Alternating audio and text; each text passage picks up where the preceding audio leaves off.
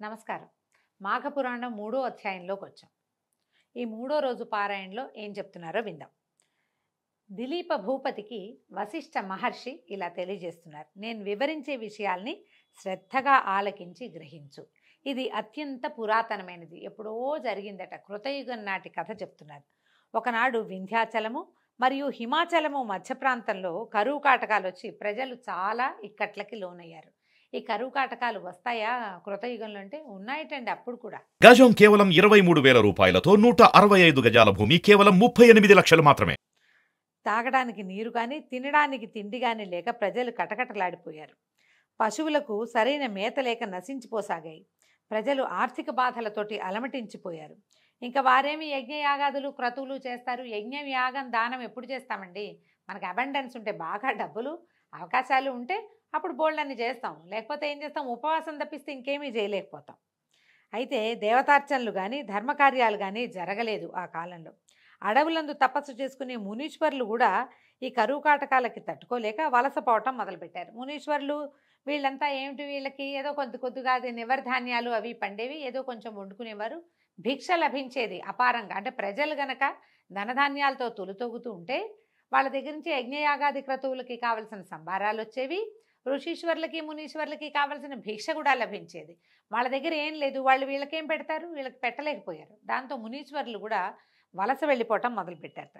ఈ ప్రాంతంలో ప్రవహిస్తున్నటువంటి రేవా నదీ తీర ప్రాంతం అంతా కూడా, రేవా నది చాలా, ఈ రేవా తీరం ఎక్కడ కనపడుతుంది మనకి? సత్యనారాయణ వ్రత కథలో రేవా తీరంలో చెప్తారనమాట. రేవా అనే నది ఉందని. విడిగా మనకెక్కడ ఆ నది కనిపించదు, అంటే మన ప్రాంతంలో లేదు కాబట్టి. ఇదంతా నీళ్లు తగ్గిపోయి ఫలవృక్షాలు పంట భూములు ఎండిపోవటం మొదలుపెట్టాయి. కనీసం తాగడానికి కూడా నీరు లేని దుస్థితి దాపురించిందట. ఈ అడవిలో బహుముఖ ప్రజ్ఞాశాలి తపోధన సంపన్నుడైన భృగు మహర్షి కూడా నివసిస్తూ ఉండేవాడు. ఈ అనావృష్టి ప్రభావం ఆయన కూడా తగిలింది. ఆయన కూడా ఈ నీచ నికృష్ట కరువు కాటక స్థితిని భరించలేకపోయాడు.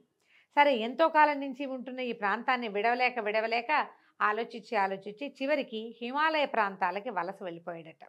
ఈ హిమాలయ పర్వత ప్రాంత పడమటి దిక్కున ఒక కొండచర్య ఉంది. ఈ కొండచర్య అక్కడున్న కైలాస పర్వతానికి కొంచెం సమీపంలో ఉందట. కైలాసానికి దగ్గరలో ఉంది. హిమాలయ ప్రాంతం అంతా మంచుతో కప్పబడి ఉండటం వల్ల కైలాస పర్వతం వెండి కొండలాగా ప్రకాశిస్తూ ఉండేది. ఆ ప్రాంతం అంతా ఇంద్రనీల మణుల చేత నిక్షిప్తమై అక్కడ ఉన్నాయట. ఇంద్రనీల మణులు అంటే గనులు ఉండుంటాయి. ఆ రాళ్ళు అట్లాంటి నీలపు రంగు ఉన్న రాళ్ళు అయి ఉంటాయి. వాటి కాంతితోటి ఆ నీలపు రంగు కాంతిపడి ఈ తెలుపు మరింతగా మెరుస్తూ ఉండేదట. ఈ కొండ వద్దకి తరచుగా మహర్షులు, జ్ఞానులు, సిద్ధులు, తపోశక్తి సంపన్నులు ఇత్యాదులంతా వచ్చి శ్రీమన్నారాయణ్ణి భక్తిభావాలతో స్తుతించి వేణోళ్ళ కొనియాడి ఆధ్యాత్మిక చింతనలో మునిగిపోయేవాళ్ళు. అంటే విష్ణు భక్తులు వచ్చి తపస్సు చేసుకునేవాళ్ళు. కైలాసం పక్కనే ఇది. యక్ష కిన్నర కింపురుషాది గంధర్వులందరూ విహారానికి ఈ ప్రాంతానికే వచ్చేవాళ్ళట. దిలీప చక్రవర్తి అడుగుతున్నారు, మహాత్మా, ఈ పర్వత వైశిష్యత కడు రమ్యంగా ఉంది, మరింతగా మరీ వింత కొలుపుతోంది, మరిన్ని విశేషాలు చెప్పండి అని అడిగేసరికల్లా అప్పుడు ఈయన వశిష్ఠ మహర్షి ఇట్లా చెప్తున్నారు. విషయ పరిజ్ఞానం సంపాదించుకోవాలని నీ కుతూహలం చాలా శ్లాఘనీయమైందయ్యా.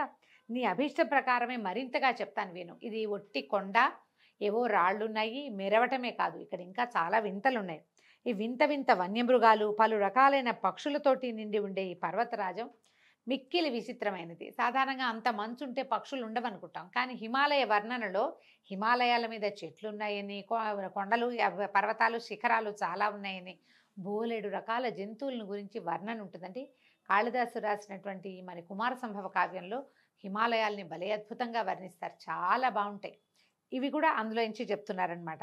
ఇంతటి చెట్లు చిత్రాతి చిత్రములైన వర్ణములతోనూ ఫలపుష్పాదులతోని నిండి ఉండి కడు రమ్యంగా ఆకర్షణీయంగా ఉంటాయి. ఆ పర్వతరాజం 30 యోజనాల పొడుగు, 10 యోజనముల ఉన్నతమై అలరారుతూ ఉంటుంది. ప్రకృతి సౌందర్యాన్ని అంతటినీ సంతరించుకున్నటువంటి ఆ పర్వతరాజం దగ్గరికి భృగు మహర్షి వచ్చి ఆ పర్వతం యొక్క అందచందాలకు, సుందర నయనానందకర దృశ్యాలకు అచ్చెరి ఉంది కడు సంతోషాన్ని పొందాడు. తాను తదేక దీక్షతో తపస్సు చేసుకోవడానికి ఇదే అనువైన ప్రాంతమని అనుకుని అచోటనే తన ఆశ్రమాన్ని నిర్మింపజేసుకుని తపస్సు కొనసాగించాడు. ఇట్లు కొంతకాలం అయింది. భృగు మహర్షి యొక్క తపస్సు నిర్విఘ్నంగా కొనసాగుతూ ఉంది. అత్యంత పరమనిష్టాగరిష్ఠుడైనటువంటి భృగు మహర్షికి ఆ ప్రాంతం ఎంతో తగినట్టుగా ఉంది, సంతృప్తిగా తపస్సు చేసుకుంటూ ఉండేవాడట. కొన్నాళ్ళు అయిన తర్వాత ఒకనాడు ఒక గంధర్వుడు భార్యా సమేతుడయ్యి ఈ పర్వతం మీదకి వచ్చి విహరిస్తూ తపస్సు చేసుకుంటున్న భృగు మహర్షిని చూశాడు. మహర్షి పట్ల ఆకర్షితుడై తన వృత్తాంతాన్నంతా చెప్పాడు. దగ్గరకు వచ్చి నమస్కారం చేశారు భార్య భర్త ఇద్దరు. అతను ఏం చెప్తున్నాడు, ఓ మహాత్మా, తమరు తపోశక్తి సంపన్నులు, సర్వజ్ఞులు, కావున మీరు దయతలిచి నా కష్టాలని కడతీర్చమని ప్రార్థిస్తున్నాను అన్నాడు. అనేసరికల్ భృగు మహర్షి, గంధర్వ, నీకు వచ్చిన కష్టం ఏమిటి? నువ్వెందుకు విచారంగానో భార్యాద్వితీయుడుగా ఉన్నావు. భార్యాభర్తలిద్దరూ కలిసి ఉంటే ఇంకా కష్టమేమిటి? అదే కదా అత్యంత సుఖమైన సంగతి. ఇలా ఎందుకు బాధపడుతున్నావు? నీ వృత్తాంతం అంతా చెప్పు. ఏ విషయం వల్ల నువ్వు బాధపడుతున్నావో నాకు అర్థమయ్యేలాగా చెప్పమన్నాడు. అప్పుడు గంధర్వుడు చెప్పాడు, ఓ భృగు మహర్షి, నా కష్టాన్ని నేను ఏ విధంగా చెప్పను? నాకు పూర్వజన్మ పుణ్యఫలమున స్వర్గం ప్రాప్తించింది, కానీ నాకెందుకో పులి ముఖము కలిగినది. ఈ వచ్చిన గంధర్వుడు శరీరం అంతా అందంగా సౌష్ఠవంగా చక్కగా బంగారపు రంగులో మెరిసిపోతూ వివిధ రత్నాభరణాలు ధరించి చక్కగా ఉన్నాడు. కానీ అతని ముఖం పులిలాంటి ముఖం, పూర్తిగా పులిగా లేడు.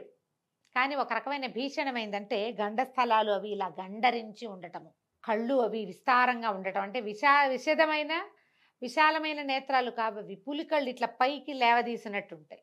కనుబొమ్మలు తక్కువగా ఉండటము, మొహం గండుగా ఉండటం. అందమైన ముఖం కాదు, శరీరం చక్కగా ఉంది లావణ్యంగా, ముఖానికి ఆ లావణ్యం లేదు. పులిలాంటి ముఖ కవళికలు కలిగి ఉన్నాడనమాట. ఈ పులి ముఖంతో బాధపడుతున్నాను. నాకు ఈ దురవస్థ ఎందుకు కలిగిందో తెలీదు. నేను చేసిన పాపం ఏమిటో నాకు బోధపడదు. మిగిలినవన్నీ బాగున్నాయి, నా భార్య కూడా చాలా బాగుంది అంటున్నాడు. ఈ పులి మొహంతో చాలా బాధలు పడుతున్నాను. ఎవరికి నా మొహం చూపించలేను. నన్ను చూసిన వాళ్ళంతా నేను పులినని పలకరించరు. మామూలుగా నడిచెళ్ళినా కూడా ఈమె నా భార్య అత్యంత రూపలావణ్యాలు కలిగింది, మిక్కిలి గుణవంతురాలు, మహాసాధ్వి. అత్యంత పైగా నా వికృత రూపం వల్ల నేను అందరికీ దూరం అయిపోతుంది. ఈమె సాధ్వే, ఆ అమ్మాయి నాతోటే ఉంటుంది. ఈమె నాతో ఉండటం వల్ల ఆమె కూడా ప్రపంచంతో సంబంధం లేకుండా పోతుంది. అదొక బాధగా ఉందన్నమాట. నాకు ఈ రూపకారణాన్ని తెలిపి దాని నివారణోపాయం కూడా తెలపమని వేడుకుంటున్నానని పదే పదే ప్రార్థించాడట. గంధర్వుని వృత్తాంతము, అతని దీనాలాపాలు విని అతని వికృత రూపాన్ని చూసినటువంటి భృగు మహర్షి హృదయం ద్రవించింది.